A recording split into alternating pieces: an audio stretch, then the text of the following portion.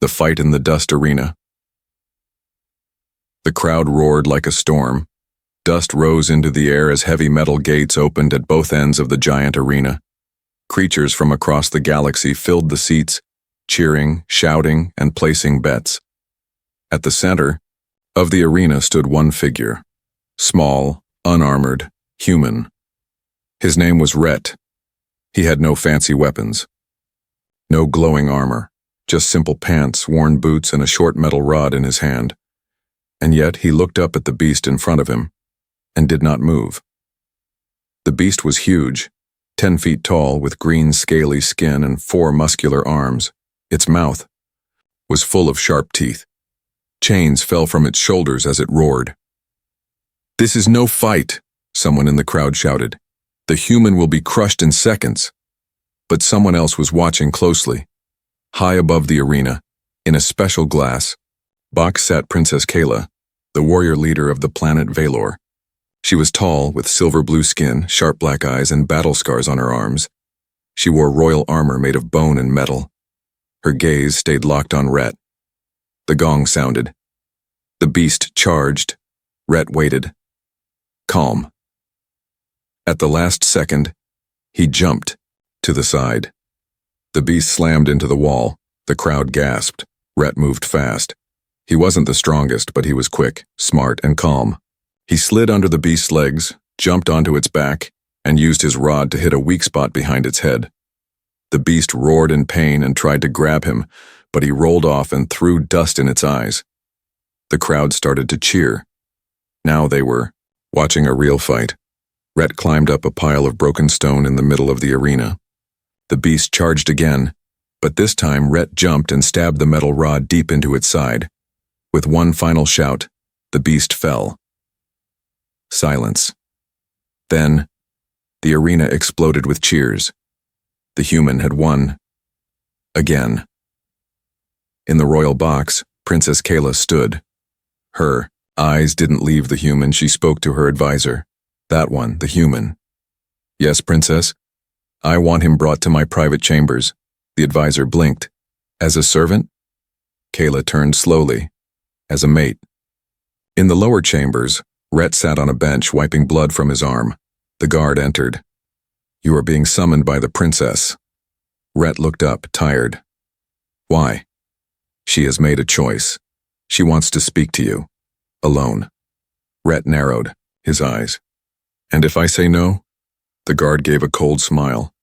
"No one says no to her." Later that night, Rhett stood inside a royal chamber. It was large, covered in soft lights and warrior statues. Princess Kayla entered through a golden door. She looked at him closely. "You are different," she said. "Smaller, but strong. You fight with your mind, not just your fists." Rhett said nothing. She stepped closer. "You impressed me, and that is not easy. I have defeated many. I have taken no mate. And now you want me?" Rhett asked. "Just like that?" She nodded. "Yes, I saw your strength. You are worthy." Rhett stepped back. "I'm not your prize. I'm not your property." Kayla raised an eyebrow. "You refuse me?" "I don't care if you're a queen or a soldier," Rhett said. "I don't belong to anyone." For the first time in years, Kayla was silent. No one had ever told her no, not in public, not in private. Never. She didn't get angry. She smiled. "Then I give you time," she said. 3 days. Think carefully." As she left the room, she turned and added, "But be warned, those who refuse me often disappear." Rhett stood, alone in the room, his hand clenched into a fist. He had won the fight in the dust. But now a different war had started, and this time, the battlefield was her heart. The princess's proposal. The door opened with a soft hiss. Rhett sat alone in the tall chamber, hands resting on his knees. The room was full of gold and weapons, but he only thought about escape. He had spent 3 days here. No chains, no guards, but no way out either. Each day, he saw the alien servants watching him, quiet, careful, like he was already part of the palace, like he had already agreed. Now she entered again, Princess Kayla. Her tall figure moved with power. She wore dark royal armor today, simple, but still sharp. A dagger hung from her hip. Her eyes locked on Rhett the moment she stepped in. She stopped only 2 feet from him. "You've had time," she said. He looked up. Calm. Cold. "I have." She crossed her arms. "Then give your answer, human." Rhett stood. He was smaller than her, lighter, less known. But he didn't lower his eyes. "I said it before," he said. "I'm not your prize. I don't want to be your mate." The room fell silent. Kayla blinked once, slowly. No one had ever said no to her, especially not twice. She stepped closer. "My offer is not about ownership," she said. "It is about respect. You are a warrior. I saw your strength. You have earned my interest." "I didn't fight to impress you," Rhett replied. "I fought to survive." "Then survive with me. I'm not your pet." She narrowed her eyes. "You think I see you as a pet?" He didn't answer. Kayla turned away for a moment. Her voice dropped. "You do not understand our world. Here, choosing a mate is more than love. It is alliance, it is power, it is honor." "I know what honor is," Rhett said. "Then why refuse it?" "Because I want freedom." Kayla looked over her shoulder, and for the first time, her voice was not hard. "Do you think I am free, Rhett?" He paused. She stepped toward him again. "Since I was a child, I have trained to be stronger than every male in my court. I have won wars, ended rebellions. Yet I eat alone. I sleep alone. I am not feared because of power. I am feared because no one sees me as anything but a weapon." Rhett said nothing. Kayla's voice dropped to a whisper. "When I saw you in the arena, you didn't fight like a monster. You fought with control, with honor." She met his eyes. "You were not afraid of pain, and you are not afraid of me." Rhett looked down, then he spoke. "I don't hate you, Kayla, but you can't order love or loyalty." "I'm not ordering," she said quietly. "I'm asking." He raised his eyebrows. "Now you're asking?" Kayla gave a small smile. 3 more days. No pressure, no guards. If you still say no, you can go. Rhett didn't answer, but she saw it in his eyes. He was listening now, and maybe, just maybe, he understood. After she left, Rhett walked to the window. He looked out at the training grounds below. He watched alien warriors fight with staffs and blades. He saw Kayla step into the circle and defeat 3 of them alone. She didn't laugh. She didn't smile. She fought like someone who had nothing to prove and no one to fight for. That night he sat alone thinking. The food was good, the room was warm, the people feared her, but she had never truly been given a choice either. Meanwhile, in the royal hall, Kayla sat in silence. One of her advisors spoke, carefully. "You still want him, Princess?" She gave a short nod. "Yes. He is a risk. He could bring shame, war." Kayla looked at the stars outside. "Or he could bring something else." The advisor tilted his head. "What?" Kayla answered softly, "Balance. The escape attempt." The moonlight touched the stone walls of the royal palace. Most of the guards were asleep. The halls were silent, but one man was awake. Rhett. He moved quietly, wearing dark clothes and carrying a small tool he had stolen from the maintenance room. Tonight he would leave. He didn't hate Kayla, but he didn't belong here, not in a palace, not beside a warrior queen. He was a soldier, a fighter, a human who had already lost too much. He couldn't be anyone's chosen mate. Not like this. He moved through the servant tunnels, past kitchens and training rooms. His stolen access card opened most doors. The map in his mind was clear. There was a side gate near the landing pads. If he made it past the walls, he could disappear into the outer villages. Maybe find a ship, maybe find a way home. As he reached the gate, a voice stopped him. "You're leaving." He froze, then turned slowly. Princess Kayla stood in the shadows. No guards, no weapons, just her. She stepped forward. "You said I gave you a choice. Now I see. You gave one to me, too." Rhett tightened his grip on the card. "Let me go." She didn't move. "Why?" He looked away. "Because I'm not part of this world. I don't understand your customs. I don't belong in your palace. And I don't want to be owned." Kayla's eyes narrowed. "You are not owned. You chose me like a trophy. I chose you like a warrior. I'm tired of fighting." She paused, then spoke quietly. "I'm not here to stop you." That surprised him. "I came because I needed to understand." "Understand what?" "Why a man who fears nothing in battle fears being cared for." Rhett's jaw clenched. He said nothing. Kayla stepped closer. "You were ready to die in that arena. You didn't run. But now, you run from me." Rhett's voice was low. "Because dying is easier than being broken again." There was silence. Then, Kayla said, "I will not ask again. I will not chase you, but if you stayed, you stay as my equal. Not as my servant, not as a prize, as a partner." Rhett looked at the gate, then back at her. "Do your people know that's what you want?" "They don't have to. I'm the ruler." "And if they turn on you?" Kayla smiled. "Then we'll fight them. Together."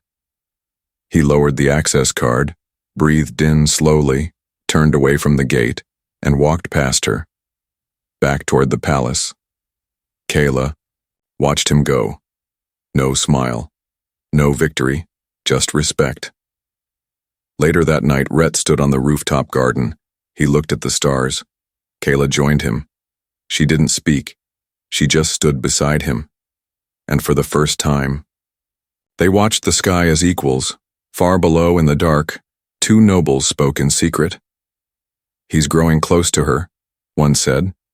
"She grows weak because of him," said the other. "We must act before it's too late." The enemy among them, the sun, rose over the royal city of Valor, casting a golden light across the high walls of the palace. Inside the grand court, nobles and warriors gathered. Today was a special day. Princess Kayla would speak to the people about her future, and the one she had chosen to stand beside her. Rhett stood near a tall pillar, wearing ceremonial armor made for him by palace craftsmen. It was dark, simple and sharp, just like him. He didn't like the attention, but he stayed. Not because he was claimed, because he had chosen to stay. Kayla entered the court with power in her step. Her armor gleamed under the light, and her presence silenced the crowd. She stood before her people. "I have made a choice," she said, "not of politics, not of tradition, but of strength, of honor." Murmurs spread through the room. She lifted her arm and pointed to Rhett. "I have chosen the human warrior, not as my slave, not as my servant, but as my mate." Gasps filled the air. Some clapped, others scowled. From the shadows, a noble named General Skarn whispered to his ally, "She weakens our bloodline for an outsider." The ally nodded. "It ends today." They moved. Suddenly, a blade flew through the air, a poisoned dagger, aimed straight for Kayla's back. The crowd screamed, but Kayla didn't see it. Rhett did. He ran. Fast. Faster than anyone expected. He leapt. Across the court, crashing into her, pushing her down just before the blade struck. Thunk. The dagger stabbed into the pillar behind them. Rhett rolled up, already pulling a small blade from his belt. Guards rushed in. Kayla stood, fury in her eyes. "Who dares?" General Skarn stepped forward, no longer hiding. "You've shamed us," he shouted. "You would give power to a human, a weakling. You are not fit to rule." Kayla's hand flew to her sword, but Rhett stopped her. "No." He stepped forward. "This fight is mine." The court cleared. Guards held their breath. Kayla's heart pounded, but she nodded. I give you the right. Skarn was large, armored, and proud. Rhett was smaller but smarter. The general charged first, swinging his heavy axe. Rhett ducked, rolled, and kicked his leg out. Skarn stumbled. Rhett punched his throat, spun behind him, and slammed his blade into the side of Skarn's armor, right into a weak spot. Skarn dropped to one knee, growling, but not done yet. He pulled a hidden spike and lunged. Rhett caught his wrist, twisted, and sent him crashing into the stone floor. Crack! The court fell silent. Skarn didn't get up. Rhett stood over him, breathing hard. He didn't smile. He didn't raise his arms. He just looked at Kayla and nodded. She stepped forward. To those who doubt, she said, let this be your answer. Later in her chamber, Kayla cleaned Rhett's bruised knuckles. You saved me, she whispered. You let me, he replied. She looked at him closely. Do you regret staying? He looked her in the eye.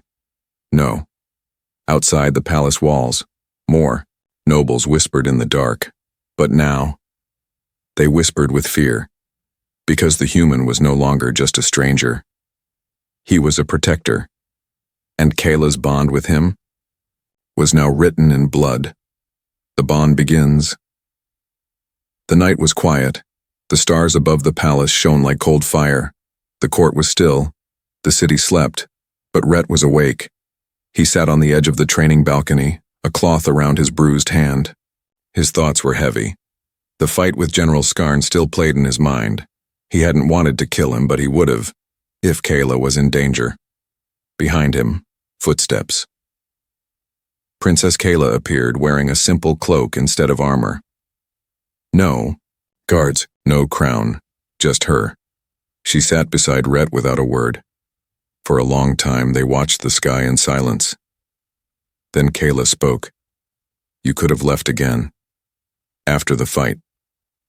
I thought about it, Rhett replied. But you didn't run either. Even after they turned on you, she smiled slightly. Running never fit me. Rhett looked at her. You're a leader, a warrior. But there's more, isn't there? Kayla's eyes softened. She nodded slowly. I was born first among my siblings. My mother trained me to be strong. My father never smiled. To be princess meant being perfect. No weakness. No softness. Just control. Rhett listened. She continued. I fought my first war at 16. I won it. But I didn't feel proud. I felt hollow. He understood. Rhett leaned back on his hands. My world isn't like yours. Or maybe it is. I was a soldier too. Fought in 6 battles before I was even 25. Lost my squad on a supply run. My CO blamed me. I got sent off-world. No trial. Just a one-way ride. Kayla turned to him. You don't talk about your past much. I try not to live in it. She nodded. Same. A soft wind passed between them. Kayla looked down at his hand, still wrapped in cloth. Without asking, she gently took it in hers. Her fingers were warm, strong, careful.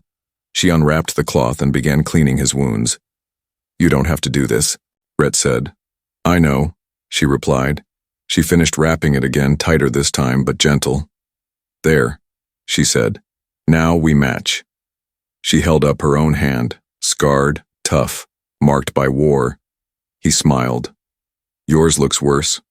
She laughed, softly. And yet I'm still the pretty one. Silence again. Then Kayla reached into her cloak and pulled out a small glowing mark stone. It shimmered with royal blue light. This is for bonding, she said. We place it on the skin. It leaves a mark. A symbol of respect and unity. Not control. Rhett stared at the stone. I'm not ready, he said. Kayla nodded. I didn't ask. She placed it back into her cloak. When you're ready, I'll be waiting. Later that night, Rhett returned to his quarters, but sleep did not come. He sat by the window thinking of her hands, her voice, her story. She wasn't just a warrior. She was alone, just like him. The next morning, Kayla trained alone in the court arena. Sweat rolled down her arms. Her blade moved fast, cutting air, spinning with power. Then she heard footsteps. She turned. It was Rhett. He walked up to her holding something in his hand. The bonding stone. He looked her in the eye. "I'm not afraid of you," he said. "No," she replied. "I want to do this," he said. "Not because of duty, but because I respect you, and I trust you." Kayla stepped forward. "Then I accept." They touched the stone together. A soft light glowed. A mark appeared, half on her palm, half on his. Not glowing. Not magic. Just a symbol. Simple. Strong. Shared. From the shadows, the court nobles watched. But this time none dared speak. The bond had begun. And this was no forced alliance. This was a choice. The trial of the mates. The arena was full again, but this time it wasn't a fight for survival. It was a test of honor, a test to prove that Rhett, a human outsider, was worthy to stand beside Princess Kayla, not as her trophy, but as her mate. The crowd was quiet. Even the nobles watched with sharp eyes. This was the trial of the mates, an old tradition. No one could be bonded to a warrior royal unless they passed it. Kayla stood in full armor on the high stone steps. Her face was calm, but her hands were clenched. Rhett looked up at her. He wasn't wearing armor, just light gear, good boots, and the bond mark on his hand. He didn't need to prove strength, he needed to prove something greater. The royal judge stepped forward. "The trial begins now. 3 challenges. Pass them all, or leave forever." Kayla looked at Rhett. "You don't have to do this," she said quietly. Rhett smiled. "I want to." The first challenge, the gauntlet, a timed race through fire, traps, and flying blades. The moment it started, Rhett ran. He jumped over spiked walls, rolled under swinging logs, and dodged fire jets. The crowd gasped when he slipped, on loose gravel, but he kept going, never stopping. He reached the final wall and climbed it with bleeding hands. He rang the bell at the top. Passed. The second challenge, the decision of mercy, a test of heart. 2 creatures stood before him, one wounded, one dangerous. He had 1 healing pod, only enough for one. Most warriors picked the strong one, to win their favor. Rhett picked the weak one. He knelt, gave the pod, and said, "Everyone matters." The elders nodded in silence. Passed. The final challenge, the Mirror of Pain, an old alien weapon created a copy of the challenger, an exact clone, with his strength, his speed, and his mind. Rhett stood face to face with himself. The copy spoke. "You can leave. No one will blame you." Rhett shook his head. "Kayla didn't leave me. I won't leave her." They fought. It wasn't about fists, it was about will, and Rhett's was stronger. With a final blow, he knocked the copy down. It vanished. Passed. The arena exploded with noise. Some cheered, some stared in disbelief, but no one questioned the result. Rhett walked toward the high steps. Kayla stood waiting. She looked at his bruised face, bleeding arms, tired eyes, and she smiled. "Still standing," she said. "Barely," he replied. She reached out and took his hand. They raised their joined palms, marked with the bond. The people bowed, even those who once doubted. That night, the palace lit with firelight and music. Rhett sat with Kayla on the high balcony looking at the city below. "You didn't have to fight that hard," she said gently. "I wasn't fighting the trial," he said. "I was fighting for us." And, deep in the shadows of the outer court, a jealous noble watched the firelight. His hand tightened around a small vial. "If trials won't stop him," he whispered, "then poison will." Her mate, her equal. The sky above the capital was bright and full of banners. Drums echoed across the palace. Firelights danced on the walls. It was the day of the official bonding ceremony. For the first time in Valorian history, a human, Rhett, was being accepted as the royal mate of Princess Kayla. Rhett stood in front of a tall mirror, wearing armor gifted by the royal forge. It was lighter than most, made with alien alloys, but strong. The bond mark on his hand glowed softly. He touched it with quiet respect. Behind him, the door opened. Kayla entered, dressed in formal warrior robes. Her eyes met his through the mirror. "You look different," she said. Rhett turned. "I feel different." She stepped closer. "Nervous?" "A little," he admitted. "But not about the bond." "Then what?" "I'm afraid of what comes after. The stares, the doubt, the people who still hate me."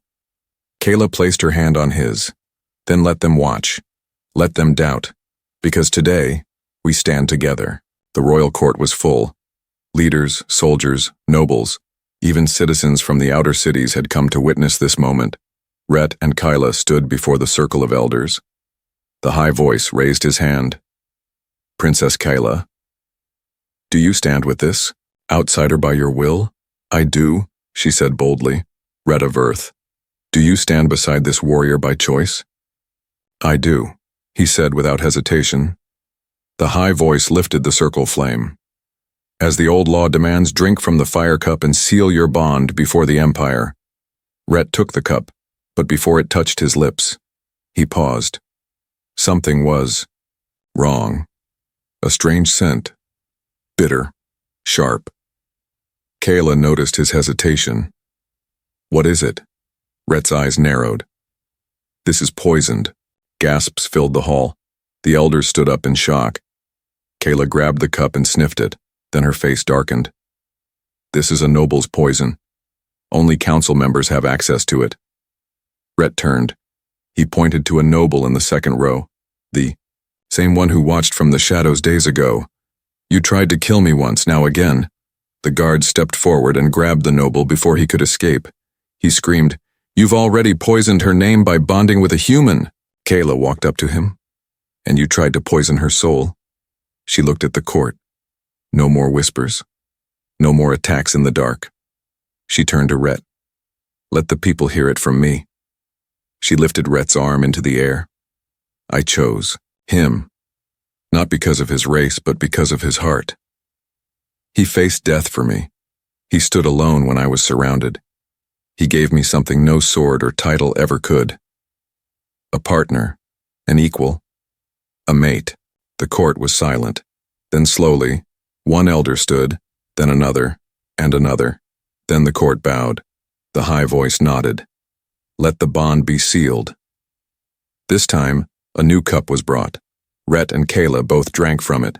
The bond mark flared, the flame behind them roared, and two worlds were joined, not by force, but by choice. That night, as the stars lit up the sky, Rhett and Kayla stood on the palace tower. He looked at her. "So what now?" Kayla smiled. "Now we lead. Together? Always." They stood hand in hand, no longer warrior and prisoner. No longer ruler and outsider, but something more powerful. Her mate, her equal, and together, they would shape the future.